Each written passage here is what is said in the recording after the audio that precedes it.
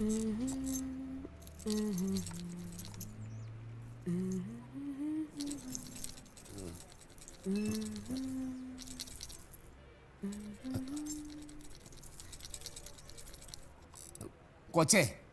ആദ്യം എന്നെ ഒന്ന് വിട്, അത് കഴിഞ്ഞിട്ട് ശൃംഗരിക്ക്. ശൃംഗരിക്കേ? വയസ്സും പ്രായമൊക്കെ ആയില്ലേ, മര്യാദക്ക് സംസാരിക്കണം. ഉറച്ചു നോക്കിയിട്ടേ കാശ് തരാൻ പറ്റൂ. മുക്കുപണ്ടാണെങ്കിൽ ആര് സമാധാനം പറയും? നമ്പർ എത്രയാ? PK കുട്ടപ്പൻ 475. 75 25? 75.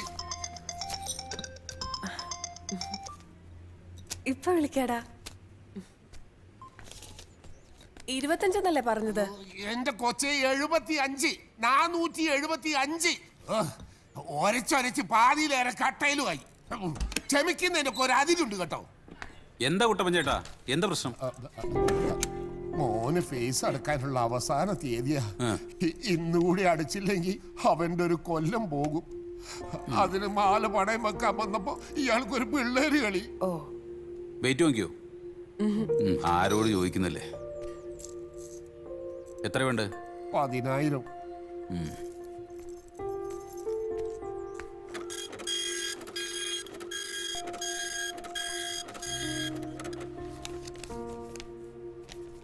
ഇതവിടെ ക്യാഷിൽ കൊടുത്താൽ മതി. വലിയ ഉപകാരം സാറേ. ഒരാളെ കൂടെ പണക്കിയപ്പോൾ എനിക്ക് സമാധാനമായല്ലോ. എടോ, കസ്റ്റമേഴ്സിനെ പണക്കിയാൽ പിന്നെ പിടിച്ചു നിൽക്കാൻ പറ്റില്ല. അതെ, കസ്റ്റമേഴ്സിനെ കുറിച്ച് മഹാത്മാഗാന്ധി പറഞ്ഞ എന്താണെന്ന് അറിയാമോ എനിക്ക്?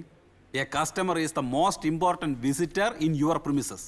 സർ, അയാളെ എന്നെ ഇറിറ്റേറ്റ് ചെയ്തത്. ഓ മതി മതി, ജോലിയിലോ ആത്മാർത്ഥതയില്ല, എന്നാലും അല്പം മനുഷ്യത്വം കാണിച്ചൂടെ? അതെങ്ങനെ സദാസമയം ഫോൺ എടുത്ത് കുനുകുനാ വിളിച്ചോണ്ടിരിക്കല്ലേ? അതൊരു എമർജൻസി കോൾ ആയിരുന്നു. ഇയാളെ എമർജൻസിക്ക് എനിക്ക് അറിയാം. എന്റെ പേഴ്സണൽ കാര്യത്തിലൊന്നും സാർ ഇടപെടേണ്ട കാര്യമില്ല. ഇല്ല, ഇടപെടുന്നില്ല. പക്ഷേ ഈ ബാങ്കിന്റെ 4 ചുവരുകൾക്കുള്ളിൽ ഇയാൾ എന്ത് ചെയ്യണോ തീരുമാനിക്കുന്നത് ഞാനാ. Sir, you are crossing the limit.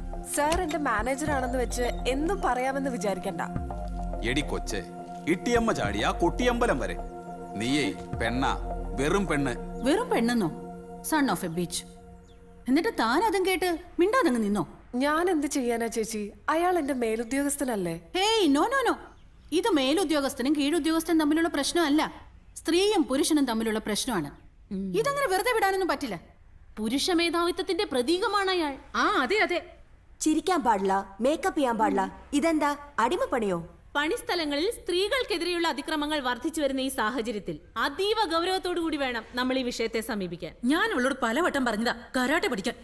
2 punch ഒരു കിക്കും, അവന്റെ കോട്ടയം ബോർഡ് മടങ്ങും. ഇപ്പൊ തന്നെ ഒരു കംപ്ലൈന്റ് ഡ്രാഫ്റ്റ് ചെയ്ത് ഒരു കോപ്പി CM-നും ഒരു കോപ്പി DGP-ക്കും അയക്കാം. പോരെ പോരെ, വനിതാ കമ്മീഷൻ, മനുഷ്യാവകാശ കമ്മീഷൻ, പിന്നൊന്ന് പ്രസ് സെക്രട്ടറിക്കും. വഴക്ക് പറഞ്ഞു, ചീത്ത വിളിച്ചു എന്നൊക്കെ പറഞ്ഞ് പരാതി കൊടുത്ത നാട്ടുകാർ നമ്മളെ കളിയാക്കും.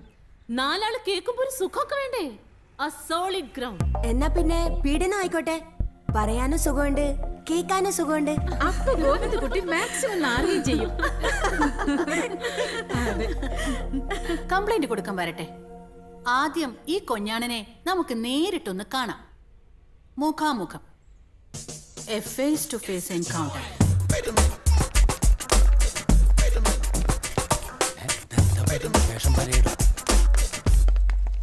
നിങ്ങളാണോ ഗോവിന്ദൻകുട്ടി? ആണെങ്കിൽ ഞങ്ങൾക്ക് ചിലത് സംസാരിക്കാനുണ്ട്. ഓ, സംസാരിച്ചോളൂ. മാനേജർ സാറിന് സ്ത്രീകളോട് പൊതുവെ പുച്ഛമാണെന്ന് കേട്ടു. പുച്ഛമോ? എനിക്കോ? സ്ത്രീകളോട് എനിക്ക് എന്നും ബഹുമാനമേ ഉള്ളൂ. ഈ ലോകത്തിൽ ഞാൻ ഏറ്റവും കൂടുതൽ ബഹുമാനിക്കുന്ന ഒരു സ്ത്രീയെയാണ്, എന്റെ അമ്മയെ. അമ്മ പ്രേമൊക്കെ അവിടെ നിൽക്കട്ടെ, നിങ്ങൾ സ്ത്രീകളോട് അപമര്യാദയായി പെരുമാറുന്നുണ്ടെന്ന് ഒരു ആക്ഷേപമുണ്ടല്ലോ. അതാർക്കാണാവോ? നിരോഷയോട് ഇയാൾക്ക് എന്താ പ്രശ്നം? ഓ, അപ്പൊ അതാണ് കാര്യം. വക്കാലത്ത് കയ്യിലുണ്ട്. അവക്ക് ചോദിക്കാനും പറയാനും ആരും ഇല്ലെന്ന് കരുതിയിട്ടാണോ താൻ? നോക്കൂ, നിരോഷയ്ക്ക് എന്നെ കുറിച്ച് എന്തെങ്കിലും കംപ്ലൈന്റ് ഉണ്ടെങ്കിൽ അത് അവൾക്ക് മേലധികാരികളോട് പരാതിപ്പെടാം. ഇനി അതുകൊണ്ട് തൃപ്തിയായില്ലെങ്കിൽ ഇവിടെ വനിതാ കമ്മീഷനുണ്ട്, മനുഷ്യാവകാശ കമ്മീഷനുണ്ട്. അവിടെ സമാധാനം ബോധിപ്പിച്ചോളാം ഞാൻ. അല്ല, ഇതൊക്കെ ചോദിക്കാൻ നമ്മളാരാണാവോ? സ്ത്രീ സമത്വ വേദി എന്നുള്ള പ്രസ്ഥാനത്തെ പറ്റി കേട്ടിട്ടുണ്ടോ താൻ? അതിന്റെ പ്രവർത്തകരാ ഞങ്ങള്. നിങ്ങൾ ആരോ ആയിക്കോട്ടെ, പക്ഷെ ഇവിടെ ഞാൻ ഈ സ്ഥാപനത്തിന്റെ മാനേജരാണ്. എന്റെ പെർമിഷൻ വാങ്ങിച്ചിട്ട് വേണ്ടേ നിങ്ങൾ അകത്തോട്ട് കയറി വരാൻ? ഞങ്ങൾക്ക് ഇപ്പൊ ഇങ്ങനെയൊക്കെ പറ്റുള്ളൂ. എന്റെ പൊന്നു പെങ്ങളെ, ആദ്യം മാന്യമായി പെരുമാറാൻ പഠിക്ക്, പിന്നെ മര്യാദയ്ക്കൊക്കെ തുണി ചുറ്റാനും പഠിക്കും. രൂപം കൊണ്ട് മാത്രം ഒരുത്തിയും സ്ത്രീ ആവുന്നില്ല, ആരും ബഹുമാനിക്കാനും പോകുന്നില്ല. കാര്യങ്ങളൊക്കെ ബോധിപ്പിച്ച സ്ഥിതിക്ക് ഇനി സ്ഥലം വിട്ടാട്ടെ. സ്ഥലം വിടാനോ? ഇതിനൊരു തീരുമാനം ഉണ്ടാക്കിയിട്ട് ഞങ്ങൾ ഇവിടുന്ന് പോകുന്നുള്ളൂ. ജയരാമോ ഇങ്ങ് വാ. ആ ബലരാമനെ കൂടെ വിളിച്ചോ. എന്താ സാർ? ആ ജയരാമ, ഈ കൊച്ചമ്മമാര് നമ്മുടെ ബാങ്കിൽ നിന്ന് പെട്ടി ഓട്ടോക്ക് ലോൺ എടുക്കാൻ വേണ്ടി വന്നവരാ. നീ അതിന്റെ പ്രൊസീജിയേഴ്സ് ഇവർക്കൊന്ന് പറഞ്ഞു കൊടുക്ക്. ID പ്രൂഫിന്റെ ഫോട്ടോസ്റ്റാറ്റ് കോപ്പി 1, മിനിമം ഡിപ്പോസിറ്റ് 1000 ഉറുപ്യ, പിന്നെ 3 പാസ്പോർട്ട് സൈസ് ഫോട്ടോ, അത് മേക്കപ്പ് ഇടാണ്. ആവേശമൊക്കെ നല്ലതാണ്, പക്ഷെ അത് ആണുങ്ങളോട് വേണ്ട. കേട്ടോടി, ഗെറ്റ് ഔട്ട്. ഇറങ്ങി പോകാനാണ് പറഞ്ഞത്. ഇറങ്ങാണ്. പോവർത്ത്. ഇറങ്ങി പോകാൻ പറഞ്ഞില്ലേ പിന്നെന്താ നോക്കുന്നത്? പോവർത്ത്. ഓട്. ഇതെന്താ കഥ?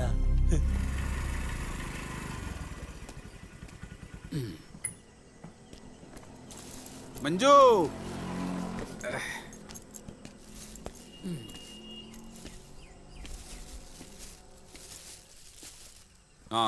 എന്നാ കണ്ടോ അമ്മേ, ഇന്നും ചേമ്പും ചേനെ തന്നെയാ. എവന്റെ അടുത്ത് എത്ര പറഞ്ഞാലും മനസ്സിലാവില്ല. നീ മേടിക്കുന്ന കടയിൽ ഇത് മാത്രമേ ഉള്ളൂടാ. ഏയ്, കടയിൽ എല്ലാ ഐറ്റവും ഉണ്ട്. പക്ഷേ എനിക്കിതൊക്കെ വാങ്ങിക്കാനേ പറ്റൂ. സാധനങ്ങളുടെ വില റോക്കറ്റ് പോലെ കുതിച്ചു ഉയരുകയാണ്. ഇനി എത്ര വില കൂടിയാലും ആളുകൾ അതൊക്കെ പോയി വാങ്ങിക്കുകയും ചെയ്യും. പിന്നെ എങ്ങനെ വില കുറയും?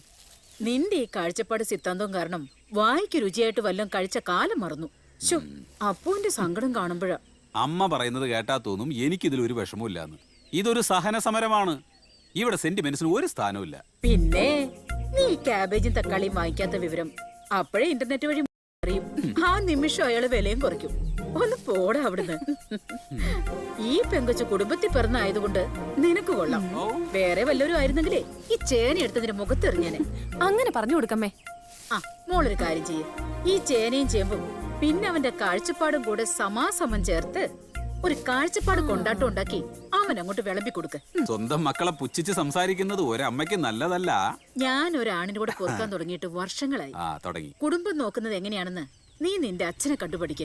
പറയുമ്പോൾ അച്ഛനെവിടെ? മീൻ വാങ്ങാൻ ചന്തേ പോയിരിക്ക.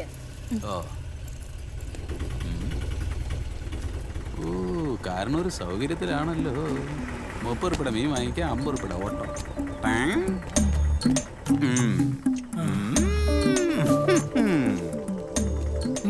എന്താന്നത്? ഏത്? ഇതെന്തോന്ന് മീൻ? ഇത് മീനാന്ന് എനിക്ക് മനസ്സിലായി. മറ്റതെന്ത്? മരുന്ന്. അതിനിവിടെ ആർക്കും അസുഖമൊന്നും ഇല്ലല്ലോ. ഗ്യാസ്. 8 മണിയായില്ല. അതിനു മുമ്പേ പഠിത്തം നിർത്തി. എടാ, അച്ഛനൊക്കെ പഠിക്കുന്ന സമയത്ത് 10-12 മണി വരെ ഇരുന്ന് പഠിച്ചിരുന്നു. എന്നിട്ട് അച്ഛൻ കളക്ടറായ ഒരു സാധാരണ ബാങ്കിലെ ഉദ്യോഗസ്ഥനല്ലേ? അപ്പൊ 8 മണി വരെ പഠിച്ചിരുന്നെങ്കിലാ കൂടിപ്പോയ ഒരു പ്യൂൺ. നീ പ്യൂണാവാതിരിക്കാനാണ് ഈ പറയുന്നത്. എടാ, മക്കൾ അച്ഛനേക്കാ വലിയവരായി കാണണമെന്നാണ് ഏതൊരു അച്ഛന്റെ ആഗ്രഹം. അതെ പെരുന്തച്ഛന്റെ കഥ ഞാൻ ഇന്നലെ പഠിച്ചതേ ഉള്ളൂ. എന്ത്? ടോപ്പിന്നുള്ളിൽ ഡ്രോപ്പ് ചെയ്തത് കൃത്യം മഞ്ഞപ്പടലിൽ തന്നെ. മോ ക്ലോസ്. എന്റെ അച്ഛനെ ഞാനൊരു കൊലയാളി ആക്കൂലോ അച്ഛാ. അച്ഛനെക്കാട്ടി വലുതാവണ്ട എനിക്ക്.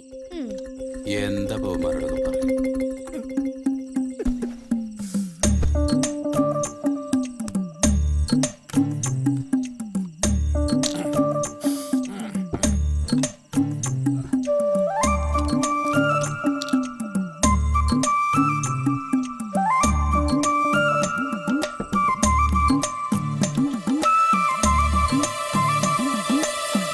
ലക്ഷ്മി, ഒരു ഗ്ലാസ് ഇങ്ങനെ എടുത്തോളൂ.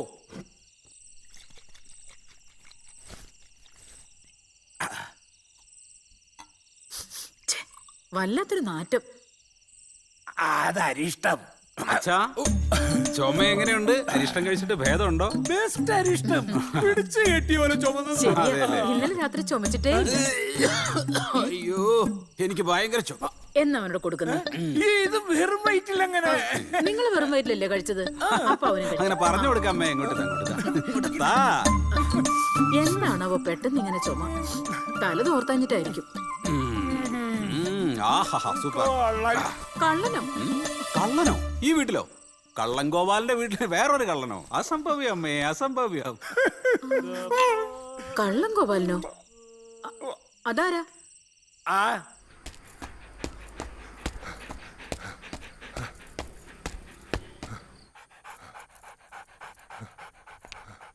സ്റ്റോപ്പ്. Hands up. ടീഷർട്ട് പോക്ക്. കിളിയാകും. കുറഞ്ഞോ? എത്ര കിലോമീറ്റർ ഓടി? 4 കിലോമീറ്റർ 10 മിനിറ്റും 10 സെക്കൻഡും. റൂട്ട് ഏതാ? പഴയ റൂട്ട് തന്നെ. ശരിയാണോ അപ്പു? ഇല്ലാന്ന് മനസ്സിലായി. എന്റെ അപ്പു കള്ളം പറയില്ല. അവൻ നിന്റെ ആളല്ലേ? നിങ്ങൾ ഒരിക്കലും നേരെ ആവാൻ പോകുന്നില്ല മനുഷ്യ. ഞാൻ വെറുതെ ഓരോ സ്വപ്നങ്ങൾ കാണാം. നീ എന്തോരം വേണമെങ്കിൽ സ്വപ്നം കണ്ടു. പക്ഷെ സൽമാൻ ഖാൻ ഒന്ന് മാറ്റിപ്പറ്റി. ഞാൻ 6 പാക്ക് ചെയ്യാൻ പോയാലേ അവസാനം നിനക്ക് എന്നെ പാക്ക് ചെയ്യേണ്ടി വരും. എനിക്ക് വിശക്കുന്നു ഡാർലിംഗ്. നീ എനിക്ക് എന്തെങ്കിലും കഴിക്കാൻ താ. ഇഡ്ഡലി കഴിച്ച കാലം മറന്നു. നിങ്ങൾ ഇനി എന്തൊക്കെ കരഞ്ഞാലും ഇഡ്ലി ചട്നി ഒന്നും കിട്ടാൻ പോകുന്നില്ല. ഉള്ളി പാവയ്ക്കാ ജ്യൂസ്. കണ്ണി കണ്ടതൊക്കെ വാരി വലിച്ച് തിന്നിട്ട് മനുഷ്യന്റെ കോലം